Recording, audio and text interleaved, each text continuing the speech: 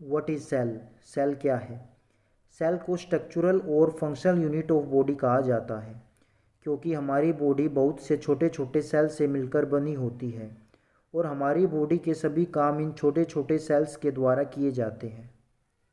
Cell हमारी body का structure कुछ इस प्रकार से बनाते हैं। जैसे बहुत सारे सेल्स मिलकर टिश्यू का निर्माण करते हैं, बहुत सारे टिश्यू मिलकर ऑर्गन का निर्माण करते हैं और बहुत सारे ऑर्गन एक ऑर्गन सिस्टम का निर्माण करते हैं और बहुत सारे ऑर्गन सिस्टम मिलकर हमारी पूरी बॉडी का निर्माण करते हैं। तो आइए अब इसे हम विस्तार से जान लेते हैं। तो बहुत सारे सेल मिलकर टिश्यू बनाते हैं, बहुत सारे टिश्यू मिलकर एक ऑर्गन बनाते हैं जैसे heart, lungs, kidney and brain. और बहुत सारे ऑर्गन मिलकर एक ऑर्गन सिस्टम का निर्माण करते हैं जैसे कि किडनी, यूरेटर्स, यूरिनरी ब्लैडर और यूरेथ्रा। ये सब मिलकर यूरिनरी सिस्टम का निर्माण करते हैं। आप स्क्रीन पर दी गई फिगर की मदद से भी समझ सकते हैं। रॉबर्ट हुक ने 1665 में पहली बार सेल वर्ड को इस्तेमाल किया था। सेल का आकार सबसे छोटा 6 माइक्रोमीटर और सबसे बड़ा 80 माइक्रोमीटर तक हो सकता है। कुछ बच्चे इसको पढ़ रहे होंगे, जबकि ये मेडिकल टर्म में माइक्रोमीटर है। सेल के दो भाग होते हैं। पहला सेल मेम्ब्रेन, जिसे हम प्लाज्मा मेम्ब्रेन के नाम से भी जानते हैं, and the second one is protoplasm. आइए इस फिगर को थोड़ा समझ लेते हैं। ये हमारी आउटर साइड सेल है और ये हमारी इनसाइड सेल है। इसमें protein molecule, carbohydrate chain, protein molecule, lipid, protein channel present होते हैं जिनका अलग अलग फंक्शन होता है। सेल की आउटसाइड सेल मेम्ब्रेन और inside cell membrane semi permeable membrane की बनी होती है, जिसके कारण सेल में एंजाइम्स, हार्मोन्स और मॉलिक्यूल का आदान प्रदान होता रहता है और सेल में रोगों से लड़ने की क्षमता बनी रहती है। आइए इसकी थ्योरी को भी थोड़ा पढ़ लेते हैं।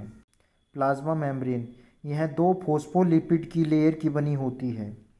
देखिए, लिपिड का अर्थ होता है फैट, यानी कि ये प्लाज्मा मेम्ब्रेन फैट की बनी होती है। फॉस्फोलिपिड की लेयर में प्रोटीन और शुगर मॉलिक्यूल धंसे रहते हैं। प्लाज्मा मेम्ब्रेन के द्वारा सेल में मॉलिक्यूल्स का आना जाना होता है। यह मेम्ब्रेन एंजाइम और हार्मोन को जुड़ने के लिए जगह प्रदान करती है। मेम्ब्रेन की प्रोटीन्स सेल को रोगों से लड़ने की क्षमता प्रदान करती है। यह सेमी परमिएबल मेम्ब्रेन होती है। प्रोटोप्लाज्म, जो कि सेल का दूसरा भाग होता है, यह दो भागों से मिलकर बना होता है, न्यूक्लियस और साइटोप्लाज्म। ये हमारा सेल का डायग्राम है। आइए इसके बारे में भी थोड़ा बेसिक जान लेते हैं। सबसे पहले आता है गोल्गी एपरेटस। यह कैनाल जैसा दिखाई देता है। माइटोकॉन्ड्रिया, यह राउंड और ओवल शेप जैसा दिखाई देता है। न्यूक्लियोलस, यह स्फेरिकल शेप जैसा दिखाई देता है। न्यूक्लियस, यह भी स्फेरिकल शेप जैसा दिखाई देता है। माइक्रोट्यूबल्स, यह राउंड और ओवल शेप जैसा दिखाई देता है। साइटोप्लाज्म, यह सेल की शेप को मेंटेन करता है। राइबोसोम, यह दाने जैसा दिखाई देता है। सेंट्रियोल्स, यह पतली ट्यूब के आकार के होते हैं। सेल मेम्ब्रेन, यह सेल की आउटर लेयर को कवर करता है। स्मूथ एंडोप्लाज्मिक रेटिक्यूलम, यह ट्यूब्स के आकार का होता है। रफ एंडोप्लाज्मिक रेटिक्यूलम, यह फ्लैटेंड शेप के आकार का होता है। गोल्गी वेसिकल्स, यह कप शेप्ड होता है। लाइसोसोम, यह स्पेरिकल शेप के आकार का होता है। आइए अब सेल को थोड़ा विस्तार से जान लेते हैं। सबसे पहले बात करते हैं न्यूक्लियस की। यह सेल का सबसे बड़ा ऑर्गेनल होता है। इसे सेल की लाइफ कहा जाता है। हमारे शरीर में मैच्योर रेड ब्लड सेल को छोड़कर बाकी सभी सेल में न्यूक्लियस पाया जाता है। न्यूक्लियस के बाहर एक मेम्ब्रेन रहती है जिसे न्यूक्लियस एनवलप कहा जाता है। न्यूक्लियस एनवलप में छोटे छोटे छेद रहते हैं जिसके द्वारा न्यूक्लियस में सब्सटेंस का आना जाना होता है। न्यूक्लियस में जेनेटिक मटेरियल भरा होता है जो कि पीढ़ी दर पीढ़ी पास होता है। न्यूक्लियस में 46 क्रोमोसोम पाए जाते हैं। यह chromosome DNA deoxy ribo nucleic acids के बने होते हैं।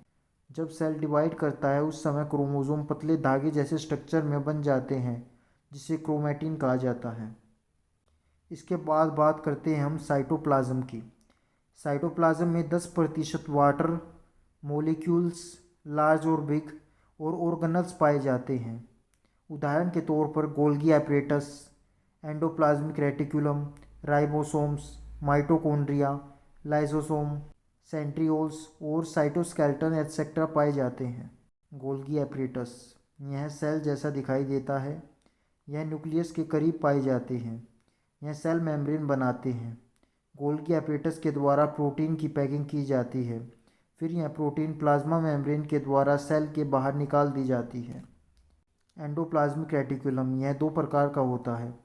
रफ एंडोप्लाज्मिक रेटिकुलम, यह सेल का वह भाग है जहाँ पर प्रोटीन का निर्माण होता है। रफ एंडोप्लाज्मिक रेटिकुलम के सरफेस पर राइबोसोम्स चिपके हुए होते हैं।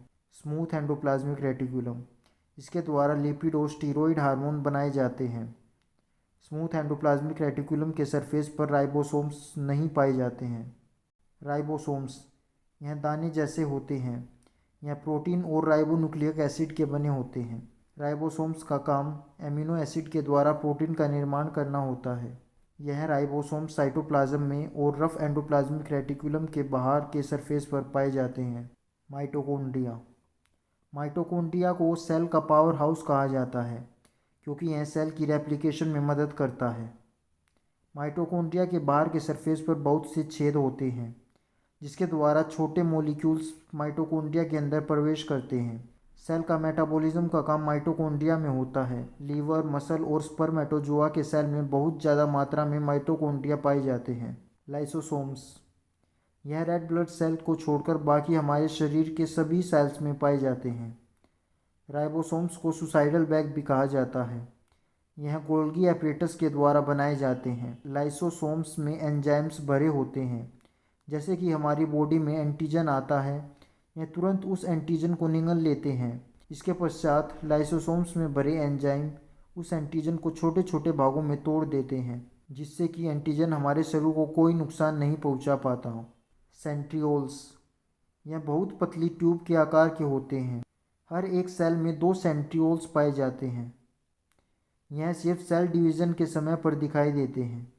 सेंट्रियोल्स का काम सेल डिवीज़न के दौरान स्पिंडल का उत्पादन करना होता है। साइटोस्केलेटन, यह फाइबर्स धागे के आकार के बने हुए होते हैं। यह सेल को निर्धारित आकार देते हैं। यह सेल को एक स्थान से दूसरे स्थान तक ले जाने में मदद प्रदान करते हैं। यह निम्नलिखित स्ट्रक्चर से मिलकर बनते हैं। सीलिया और फ्लैजिला से। माइक्रोफिलामेंट, यह सेल को शेप देते हैं और कंट्रैक्शन करने में मदद करते हैं।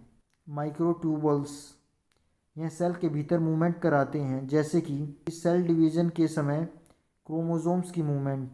सेल ऑर्गेनल एट movement. Reproduction of cell, cell का काम निरंतर सिर्फ साइज में ही बढ़ना नहीं होता, परंतु एक समय ऐसा आता है जब एक सेल 2 सेल्स में विभाजित हो जाता है। इस प्रक्रिया को सेल डिवीज़न या रिप्रोडक्शन कहते हैं। सेल डिवीज़न के 2 टाइप होते हैं, माइटोसिस और मियोसिस। माइटोसिस हमारे शरीर के सभी सेल्स में पाई जाती है। मियोसिस सिर्फ सेक्स ऑर्गन्स, ओवरी और टेस्टिस में ही पाई जाती है। आइए एक एक करके इन दोनों के बारे में जानते हैं। माइटोसिस, सेल डिवीज़न के दौरान न्यूक्लियस की न्यूक्लियर एनवलप गायब हो जाती है। क्रोमोसोम्स पतले लंबे धागे जैसे स्ट्रक्चर क्रोमैटिन में बदल जाते हैं। 2 सेंट्रियोल्स को सेंट्रोसोम्स कहते हैं।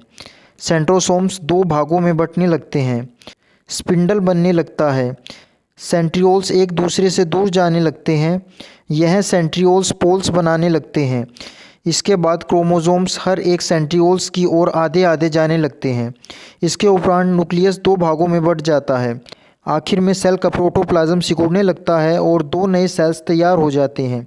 इस प्रकार एक सेल के 2 सेल्स बन जाते हैं। माइटोटिक सेल डिवीज़न में एक सेल के 2 सेल बनते हैं। इन दोनों सेल्स में क्रोमोसोम्स की मात्रा 46 होती है। फेजेस ऑफ माइटोसिस, बेसिकली इसकी 4 फेज़ होती हैं, प्रोफेज, मेटाफेज, एनाफेज और टेलाफेज। आइए इन्हें भी एक एक करके जानते हैं। प्रोफेज, इस फेज़ में क्रोमोसोम्स अच्छी तरह से दिखाई देने लगते हैं। क्रोमोसोम्स की मात्रा डबल होने लगती है और यह 2 क्रोमेटाइड्स में बदल जाते हैं। स्पिंडल फाइबर्स लंबे धागे जैसे स्ट्रक्चर बनने लगते हैं। न्यूक्लियर एनवलप गायब होने लगती है। मेटाफेज, इस फेज़ में क्रोमेटाइड्स सेल्स के सेंटर में एक लाइन में इकट्ठे होने लगते हैं। हर एक क्रोमेटाइड अपने सेंट्रोमियर के द्वारा स्पिंडल फाइबर्स से जुड़ने लगता है। एनाफेज, सेंट्रोमियर अलग होने लगता है और क्रोमेटाइड स्पिंडल के अलग अलग पोल्स लेफ्ट और राइट पोल्स पर पहुंच जाते हैं। टेलोफेज, हर एक क्रोमेटाइड पतले लंबे धागे जैसे स्ट्रक्चर में चेंज होने लगती हैं। न्यूक्लियर एनवलप दोबारा बनने लगती है। साइटोप्लाज्म और प्लाज्मा मेम्ब्रेन दो बराबर बराबर भागों में बंटना शुरू हो जाते हैं और दो एक समान डॉटर सेल बनाते हैं। मियोसिस, इस सेल डिवीज़न में एक सेल के 4 सेल बनते हैं। इन 4 सेल्स में क्रोमोसोम्स की मात्रा 23, 23, 23, 23 होती है। आइए स्क्रीन पर दिए गए चित्र की मदद से माइटोसिस और मियोसिस को समझते हैं। अगर माइटोसिस की बात करें तो ये एक पेरेंट सेल है। इस पेरेंट सेल में डीएनए रेप्लिकेशन होती है तो ये दो डॉटर सेल बनाता है जिसमें 23 क्रोमोसोम्स होते हैं। ये अपने पेरेंट सेल के बिल्कुल आइडेंटिकल होते हैं। माइटोसिस डिप्लॉइड डॉटर सेल बनाता है, मतलब डबल कॉपी ऑफ क्रोमोसोम। अगर मियोसिस की बात करें तो ये एक पेरेंट सेल है। इस पेरेंट सेल में डीएनए रेप्लिकेशन होती है तो ये दो डॉटर सेल बनाता है और ये दो डॉटर सेल 4 डॉटर सेल में डिवाइड हो जाते हैं और डिवाइड हुए प्रत्येक सेल में 23 क्रोमोसोम्स होते हैं। ये अपने पेरेंट सेल से बिल्कुल आइडेंटिकल होते हैं। मियोसिस हैप्लॉइड डॉटर सेल बनाता है, मतलब सिंगल कॉपी ऑफ क्रोमोसोम्स।